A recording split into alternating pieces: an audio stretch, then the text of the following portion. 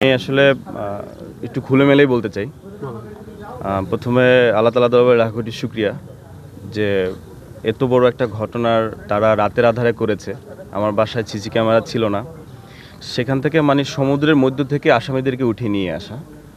তো সেটা আমি সমস্ত প্রশাসনকে ধন্যবাদ জানাবো, কৃতজ্ঞতা। বিশেষ করে আমার জেলা পুলিশ, আমাদের এসপি স্যার, জাহিদ স্যার এবং তিনি যে টিম দিয়েছিলেন, জাহিদ স্যার এবং তার সাথে রফিক ভাই যারা ছিলেন, তারা মানে চ্যালেঞ্জ হিসেবে কাজটা করেছে। শাহিদুল ইসলাম সজল স্যার, তো এডিশনাল এসপি স্যার, আমি তাদের সাথে নিয়মিত যোগাযোগ রেখেছি। আমি যখন ক্লাস 9-10-এ পড়তাম দারুণাদাতে, তখন আমার এক ইংলিশ টিচার ছিলেন। তখন উনি বলছিলেন যে আইনের হাত অনেক লম্বা। এটা আসলে আমি বাস্তবতায় এসে দেখেছি যে ছাড়া এই আমাদের এডিশনাল এসপি স্যার সজল স্যার, তার নেতৃত্বে যেভাবে কাজ হচ্ছে, আগাচ্ছে, এটা আমি আসলে না দেখলে বিশ্বাস করতাম না। তো তাদের প্রতি আমি কৃতজ্ঞতা। আর আমি আসলে তাদের প্রতি থ্যাঙ্কফুল যে আসলে ওদেরকে এডিশনাল এসপি স্যার বলেছে যে আসলে ও তো একটা জিন, এরকম করে আমাকে বলছে যে শালা ও তো একটা জিন, মানে এখানে যায় সেখানে যায়, কোনোই ওর খোঁজ পায় না। তো আল্লাহ মিলাই দিছে, এটা আল্লাহ তাআলার দরবারে লাখ কোটি শুকরিয়া। এবং আপনাদের সাংবাদিক ভাইয়েরা, আপনারা সেই শুরু থেকেই ছিলেন, আপনাদের প্রতিও কৃতজ্ঞতা। আপনারা দেশবাসীকে জানিয়েছেন এবং এখন যেটা জানাবেন, মানুষ আসলে আমাকেও সন্দেহ করেছে যে আমি নিজের ঘর আমি নিজে পুড়িয়ে দিয়েছি। মানুষ এটাও বলেছে কাফির বাবাকে 5 লিটার কেরোসিন তেল কিনতে দেখা গেছে পাম্প থেকে। কোন পাম্প থেকে সেটা কিন্তু খুঁজে নাই কেউ। আমি কনফিডেন্ট নিয়ে বলতে পারবো আপনাদের গণমাধ্যম কর্মী ভাইদের মাধ্যমে যে কোনো ব্যক্তি, সে তার বাসায় মুরগি আছে, হাঁস আছে, কবুতর আছে, একটা খাঁচার ভিতরে আটকাই একটা পশুকে জ্বালাই দেওয়ার মতো কলিজা কাজ করবে না। সেখানে ভাই আমি আমার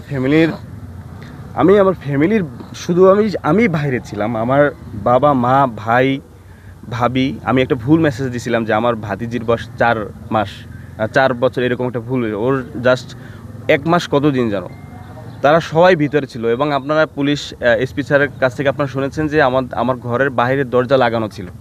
এটা আপনারা বক্তব্য আপনারা অলরেডি পেয়েছেন।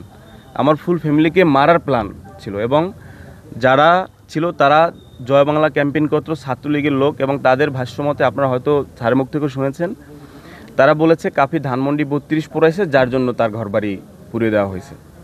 তো আমি আপনাদের সাহায্য চাই, দেশের প্রশাসনের প্রতি, আইন শৃঙ্খলা রক্ষাকারী বাহিনীর প্রতি আমি শ্রদ্ধাশীল। আমি সর্বোচ্চ শাস্তি চাই। আমার পশু হত্যা, মানুষ হত্যা তাদের প্ল্যান ছিল। এভাবে একটা পুরো বাড়ি বাইরে থেকে লাগাইয়া পুরাই দেওয়া, আমি এই সরকারের কাছে, এই সরকার যদি না থাকে, সামনে যে সরকার আসবে, আমি দেশের প্রতি, আইন শৃঙ্খলা রক্ষাকারী বাহিনীর প্রতি শ্রদ্ধাশীল। আমি সর্বোচ্চ শাস্তি চাই। আজকে এই যে কাফিকে আপনারা দেখতেছেন, আজকে আমি এতিম থাকতাম ভাই।